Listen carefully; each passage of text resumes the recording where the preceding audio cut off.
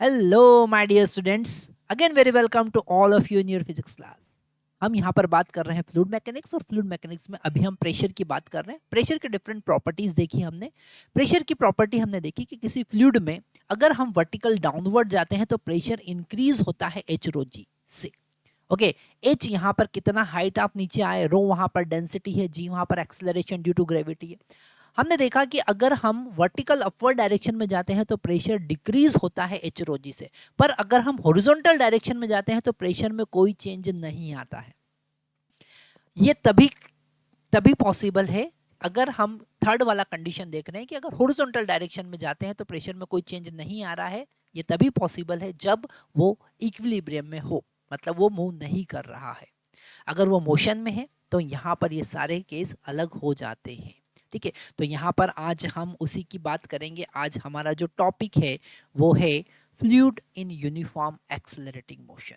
अगर fluid move कर रहा है तो प्रेशर कैसे फाइंड करेंगे, और यहाँ पर सबसे पहला उसमें हम केस देख रहे हैं, liquid subjected to constant horizontal acceleration, है ना। मतलब हमने एक कंटेनर लिया, ये कंटेनर लिया यहाँ पर, ओके, और इस कंटेनर, और ये मूविंग कंटेनर है ना। मान लेते हैं ये एक हॉरिजॉन्टल सरफेस पे मूव कर रहा है, और इसका जो एक्सेलरेशन है, इसका एक्सेलरेशन है वो ए है। ओके, और जब ये ए एक्सेलरेशन से आगे मूव करेगा तो डेफिनेटली जो फ्लूइड है, जो कि ऐसा हॉरिजॉन्टल होना चाहिए पर हॉरिजॉन्टल नहीं होगा, हमको पता है कि उसका इनर्शिया होगा, तो वो पीछे की तरफ ऐसा इंक्लाइंड हो जाएगा। ठीक है, ये फ्लूइड है ना। और यहाँ पर हम कैलकुलेट कर सकते हैं, क्या कैलकुलेट कर सकते हैं, किसी भी पॉइंट का प्रेशर, किसी भी पॉइंट का प्रेशर कैलकुलेट कर सकते हैं, और हम कैलकुलेट कर सकते हैं वो कितने एंगल पर इंक्लाइंड होगा। कितने एंगल पर इंक्लाइंड होगा वो भी हम आज कैलकुलेट करेंगे, उसका एंगल थीटा हम फाइंड करेंगे।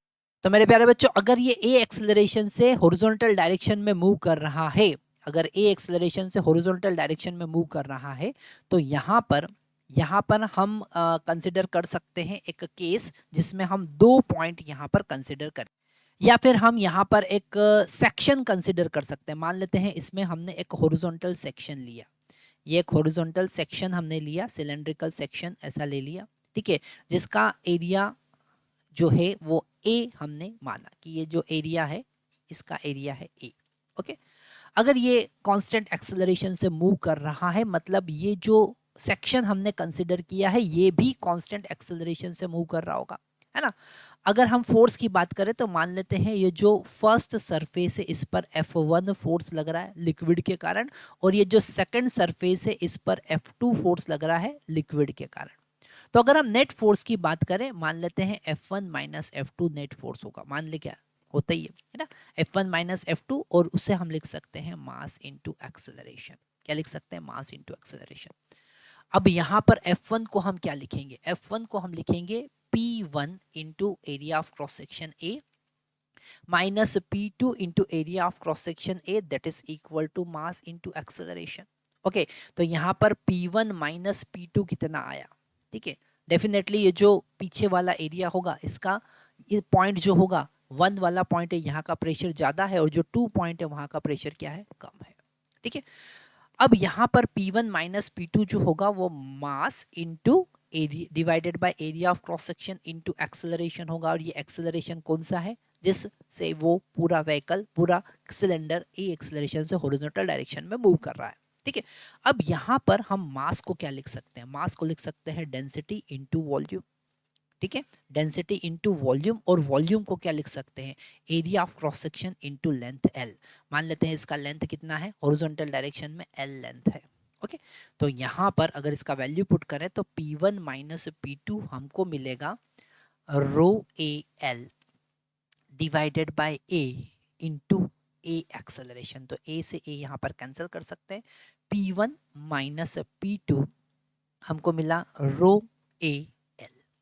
ओके, तो यहाँ पर हम वैसा ही केस कंसिडर कर सकते हैं, जैसे आप वर्टिकल डाउनवर्ड डायरेक्शन में आते हैं तो जी एक्सेलरेशन होता है और प्रेशर इंक्रीज हो जाता है एच रो जी से, ऐसे ही यहाँ पर प्रेशर इंक्रीज हो जाएगा ए रो ए एल से। ओके, वैसे ही केस है बिल्कुल। तो यहाँ पर हमने डिराइव किया कि प्रेशर का डिफरेंस कितना होगा। अब हम यहाँ पर फाइंड करेंगे एंगल कितना होगा। ओके, ये एंगल थीटा एंगल कितना होगा, तो ये थोड़ा सा हम इसे रब करते हैं ताकि आपको और क्लियरली समझ में आ जाए, है ना। आप डेफिनेटली इसका स्क्रीनशॉट लेकर नोट्स तो बना ही लेंगे, है ना। अब हम यहाँ पर एक पॉइंट कंसिडर करते हैं, एक पॉइंट कंसिडर करते हैं, मान लेते हैं ये है पॉइंट नंबर 1, ठीक है।